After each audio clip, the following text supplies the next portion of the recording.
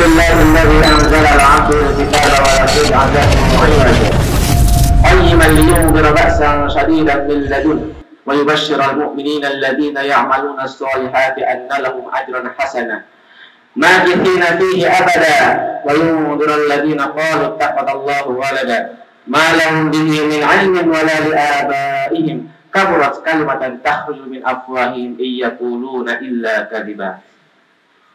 أحمده سبحانه وتعالى حمدا كثيرا طيبا مباركا فيه كما يحب ربنا ويرضى وأصلي وأسلم على نبينا المصطفى وحبيبنا المجتبى خير الأنام والورى وخير من وضع الثرى محمد صلى الله عليه وسلم. وأشهد أن لا إله إلا الله وحده لا شريك له جل في العلا وأشهد أن محمدا عبده ورسوله بلغ الرسالة وأدى الأمانة ونصح للأمة وكشف الله به الأمة وجاهد في سبيل ربه حق الجهاد حتى أتاه من ربه اليقين وترك أمته على المحجة البيضاء ليلها كنهارها لا يزيغ عنها إلا هالك. أما بعد فيا عباد الله أوصيكم ونفسي بتقوى الله فقد فاز المتقون. يا أيها الذين آمنوا اتقوا الله وقولوا قولا سديدا يصلح لكم أعمالكم ويغفر لكم ذنوبكم ومن يطع الله ورسوله فقد فاز فوزا عظيما. يا أيها الناس اتقوا ربكم الذي خلقكم من نفس واحدة وخلق منها زوجها وبث منهما رجالا كثيرا ونساء واتقوا الله الذي تساءلون به والأرحام إن الله كان بكم رقيبا. وقال الله تعالى فلما نسوا ما ذكروا به فتحنا عليهم أبواب كل شيء حتى إذا فرحوا بما أوتوا أخذناهم بغتة فإذا هم مبلسون. Hadirin yang dirahmati oleh Allah Subhanahu wa Ta'ala, puji syukur kita kehadirat Allah Subhanahu wa Ta'ala yang telah masih memberikan kita nikmatnya, nikmat sehat, nikmat waktu, dan tentunya nikmat iman dan Islam yang merupakan nikmat yang terbesar yang diberikan oleh Allah Subhanahu wa Ta'ala kepada kita, sehingga kita dapat bertemu, berkumpul di tempat yang semoga Allah berkahi ini dalam menunaikan ibadah kita kepadanya. Salawat beserta salam selalu kita curahkan dan kita junjungkan kepada Nabi besar kita, Nabi Muhammad sallallahu alaihi wasallam beserta para keluarga dan para sahabatnya yang telah mengorbankan jiwa dan raganya demi tegak dan tersebarnya agama ini. Hadirin yang dirahmati oleh Allah Subhanahu wa Ta'ala, agama kita mengajarkan keadilan, bukan kezaliman. Agama kita mewajibkan amar ma'ruf nahi munkar, bukan amar munkar nahi ma'ruf. Agama kita menjadikan kebaikan sebagai fondasi dan landasan hidup, bukan perselisihan dan permusuhan. Rasulullah sallallahu alaihi wasallam telah mencontohkan kepada kita bagaimana kezaliman harus diberantas dan keadilan harus dijunjung tinggi tanpa melihat siapa orang tersebut. Yang kaya dihukum, yang miskin juga dihukum, yang salah dikatakan salah dan yang benar dikatakan benar. Tidak boleh adanya perbedaan karena kekayaan, kedudukan, ataupun jabatan. Ingatlah, keadilan ataupun ketidakadilan dan kezaliman adalah dosa besar. Kezaliman adalah musuh agama dan musuh umat. Bahkan Allah Subhanahu wa Ta'ala telah mengharamkan kezaliman pada dirinya. Oleh karena itu juga Allah Subhanahu wa Ta'ala mengharamkan kezaliman di antara para hambanya.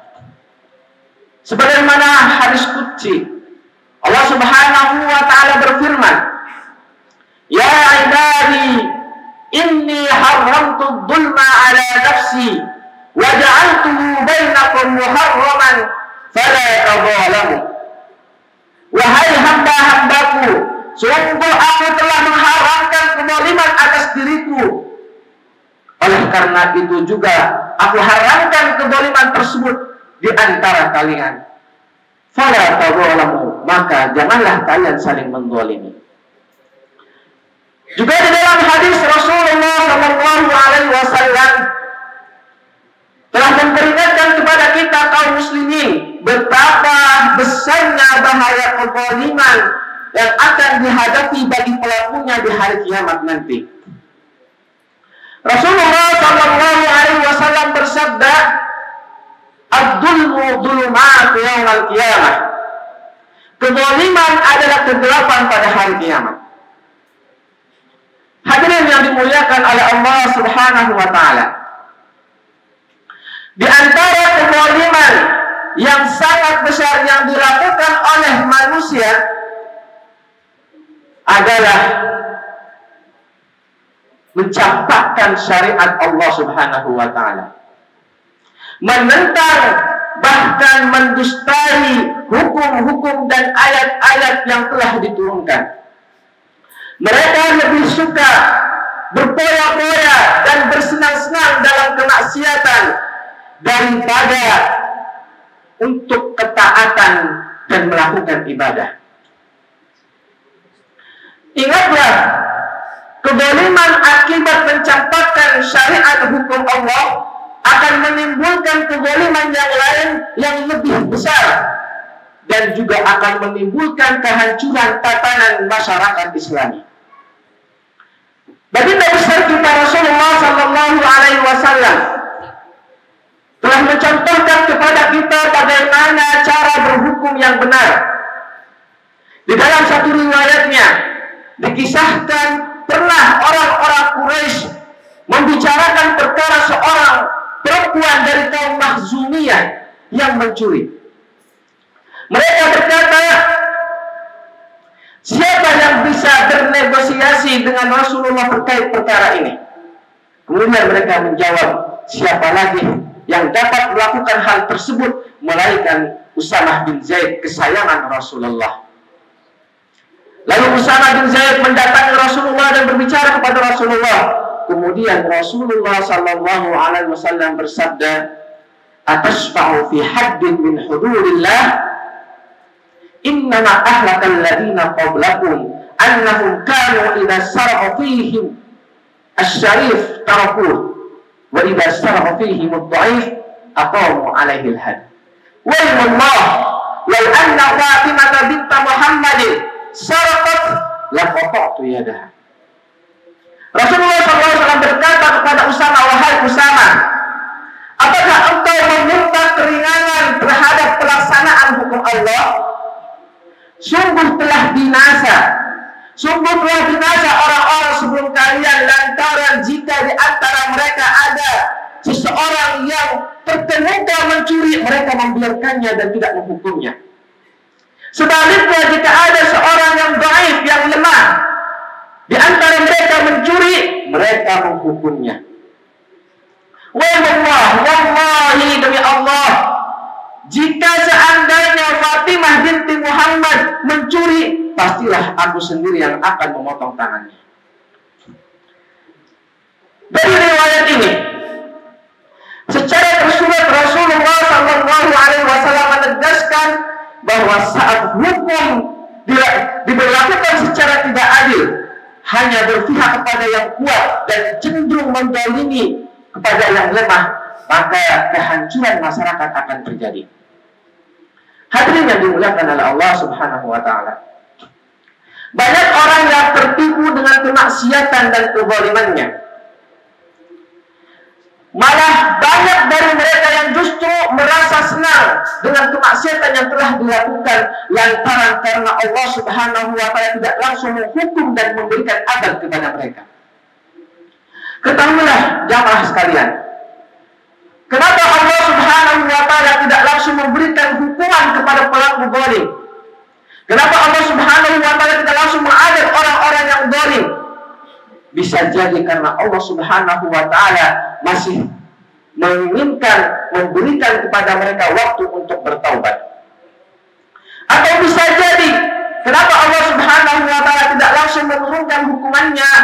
Karena istidraj yang telah Allah berikan kepada mereka. Allah Subhanahu wa Ta'ala menyengaja memberikan mereka kemudahan dalam bermaksiat dan bersenang-senang agar mereka semakin jauh, semakin lupa kepada Allah Subhanahu wa Ta'ala, sehingga pada akhir nanti Allah akan siapkan balasan yang lebih pedih dan yang paling pedih dari yang lainnya. Falamma nasu ma dzukiru bihi fatahna 'alaihim abwaaba kulli syai'in hatta idza farihu bima utu akhadnahum baghtatan fa idza hum mublisun. Tatkala mereka melupakan peringatan Allah Subhanahu wa Ta'ala yang telah diberikan kepada mereka, maka kami pun akan membukakan pintu-pintu kesenangan untuk mereka. Sehingga ketika mereka merasa senang dengan apa yang telah diberikan kepada mereka, maka kami akan ambil mereka, kami akan siksa mereka tiba-tiba. Maka pada saat itulah mereka akan terdiam putus asa. Hadirin yang dirahmati Allah Subhanahu wa Ta'ala, marilah kita tingkatkan keimanan kita. Kita tingkatkan ibadah kita, lebih memperdekat diri kepada Allah Subhanahu wa Ta'ala, yang menghindari segala jenis kemaksiatan dan segala bentuk kezaliman, karena kezaliman akan memberi dampak kepada diri kita dan orang lain. Aqulu qauli hadza wastaghfirullah li wa lakum innahu huwal ghafurur rahim.